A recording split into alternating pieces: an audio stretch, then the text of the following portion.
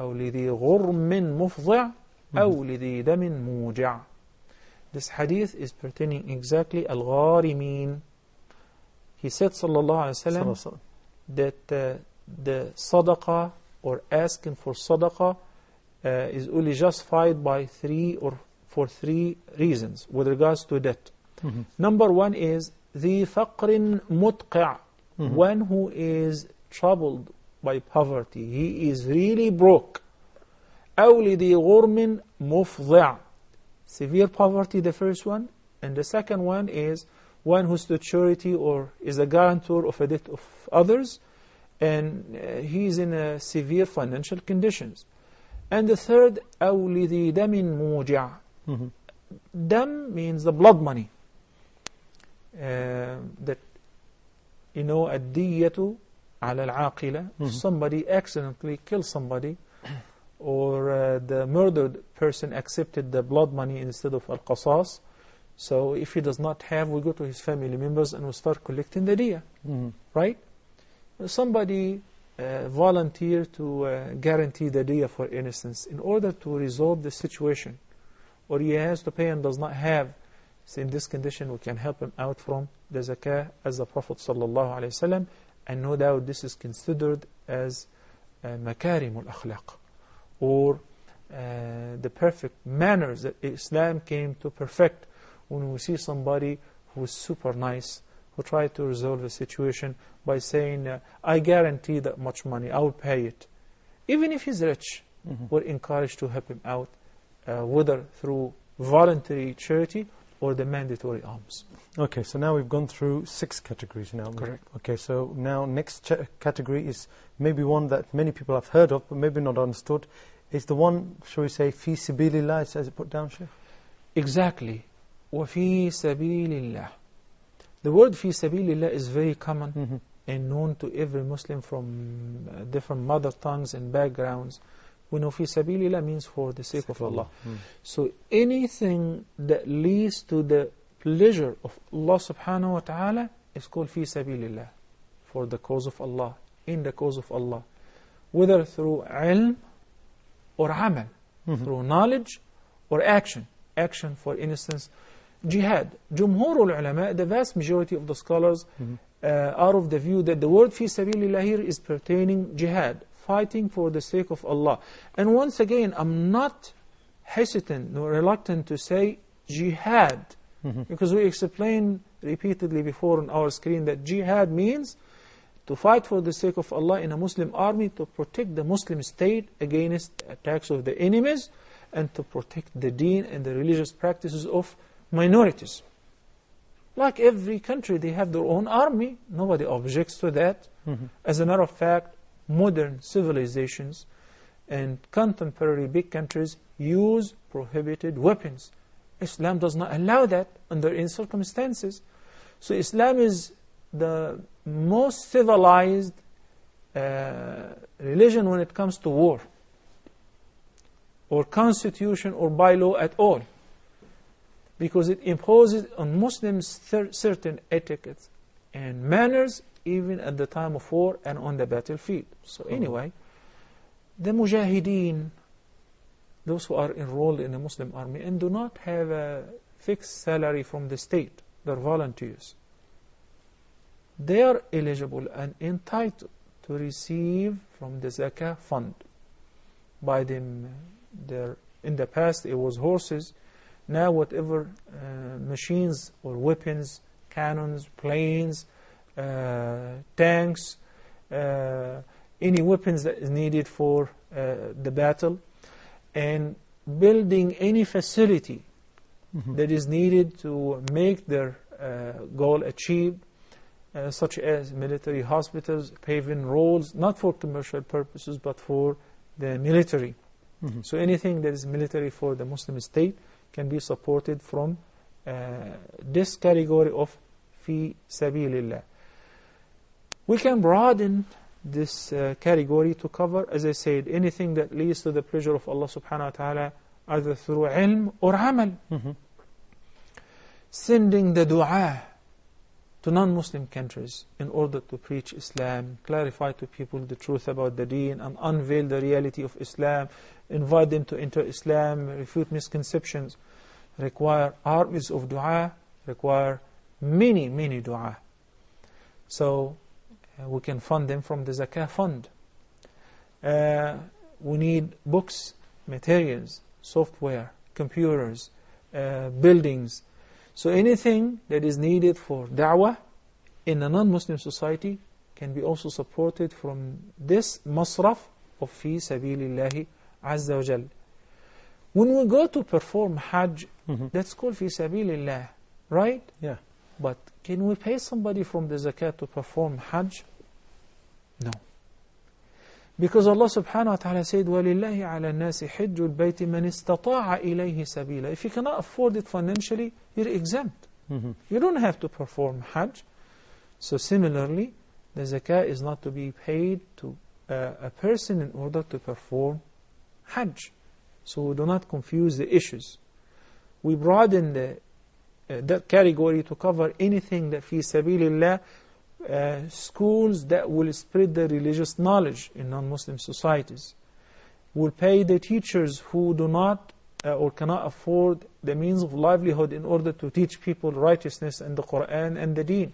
From that fi sabilillahi azza jal.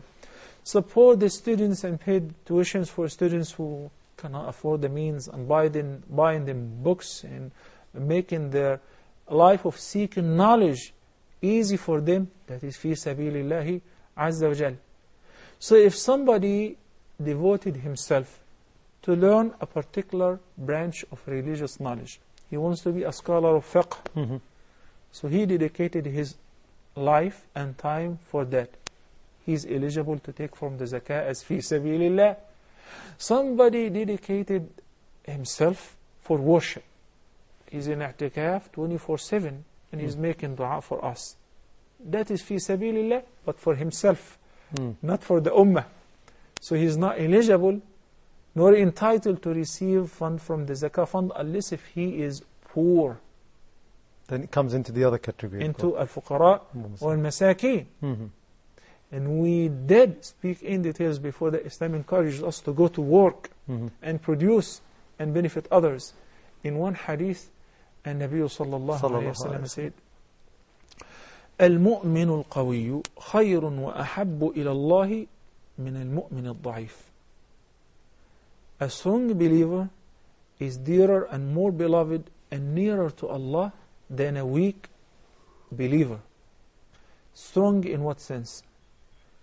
A body, he goes to the gym, a bodybuilder, physically fit? Yeah, maybe. Strong in what sense? Job, position, power? Yes, if he's utilizing all of that to please Allah subhanahu wa ta'ala and to give the poor and the weak the rights, he is dearer. And that's why the following statement says, وَالْيَدُ الْعُلْيَا خَيْرٌ مِّنَ الْيَدِ السُّفْلَى. And the upper hand is better before Allah than the lower hand. What is this metaphor? It is not a metaphor. It's a reality. الْيَدُ الْعُلْيَا خَيْرٌ مِّنَ الْيَدِ السُّفْلَى. Whenever there is a giver and a taker, normally the giver's hand is on top, so the beggar's hand is beneath. So the one who gives is better before Allah than the one who takes. الْيَدُ الْعُلْيَا خَيْرٌ مِّنَ الْيَدِ السُّفْلَى. And if you were to give, then ابدأ بمن تعول. ابدأ, begin by those who are under your guardianship and your kinship and so on. So Islam encourages us to work, but those who dedicate their life and their time and effort to benefit the ummah in jihad, they join the Muslim army voluntarily, and they do not have wages from the Muslim state, or to seek religious knowledge or a particular knowledge that would benefit the entire ummah at large, are eligible to receive wages and shares from the zakah. That's called fi sabilillah. Okay, so here comes the question. I did say it before, but you expounded on it, but let's come from a little angle. What about for organizations who use, say, media, use radio, TV, make these booklets like you're speaking about? These come within fi sabilillah? They're giving da'wah all over the world, Sheikh? These come within it? This is just simply confirming what I said and what the fiqh committees have concluded. Yes, spreading da'wah, this is fi sabilillah. Informing people about the deen of Allah, this is fi sabilillah by every possible means. Recently we went some countries, and there was a book fair. This country, they have never witnessed anything like that, distributing Islamic materials and books, and where people came to know about Islam, and many people accepted Islam in this visit. So who's supporting all of that? Who's paying for the tickets? Who's paying for the accommodation? Who's printing the books? Who's renting the hall? Who's making the commercials? This is a category of fi sabilillah. So fi sabilillah, by the way, does not include building masajid. Masajid, rich and poor pray in it. Building school for regular people, because everybody benefits out of that. So I pay for a masjid, which I go and pray in it, and I pay for my zakah so that they can install AC units so I can pray with ease in it. I'm a beneficiary myself out of my zakah fund. No. This is the responsibility of Muslims and the Muslim state from the regular charities or other means, not from zakah. Last but not the least is the 8th category, which is Ibn Sabil, the wayfarer. One was traveling, he lost his belonging or his property, so he does not have money. We may give him, even if he doesn't have to go to somebody to give him a loan. Some scholars put a condition that he first should try to borrow, and if he cannot find somebody, a creditor, to lend him, then he's eligible. And I may disagree, and I go with the opinion of others who say that if he is broke and he's a wayfarer and he's a Muslim, then he's eligible. We don't have to humiliate him and say you have to beg and you have to ask somebody to lend you and so on. So Ibn Sabil is a wayfarer who lost his property or he's broke and he does not have money that would enable him to reach to his final destination or go back home. He is entitled to receive fund from the zakah fund as well. Okay, Sheikh. So let's recap quickly because we come to the end of the show. Let's go from the beginning to the end of these recipients, Sheikh. So the first category is? Al-Fuqara, and a subgroup of that is Al-Masakin. Then the third is Al-Amilina alayha, and the zakah custodians, the employees who are appointed by the government. Why am I saying that? Because if Jamil has some zakah and he sends some people to distribute it, he's not eligible to take from zakah as wages for his employer, that he's paying him his wages from the zakah. No. But if he is hired by the state or the government, then he may receive his wages or what's sufficient for him, his basic needs and his family, from the zakah fund. Al-Mu'allafati qulubuhum, for reconciling the hearts of Muslims or those who are thinking about Islam. And we discussed the difference of opinions between Imam Abu Hanifa and the vast majority. And we believe that the vast majority's opinion is more right, because this is a category that is stated in the Quran. It may be needed now, may not be needed some other times, but it is still there. وَفِي الرِّقَابِ, in freeing the slaves and the captives. وَالْغَارِمِينَ, and those who are burdened by debt and cannot pay, unable to pay.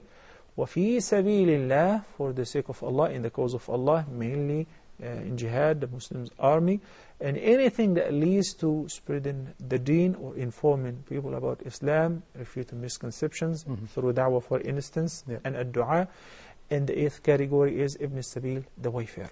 Jazakallah khair, Sheikh Muhammad, again for all these explanations and guidance. Jazakallah khair. Well, this is the end of this episode of Fiqh of Zakah. I hope you join me next time. Until then, Assalamu alaikum wa rahmatullahi wa barakatuh.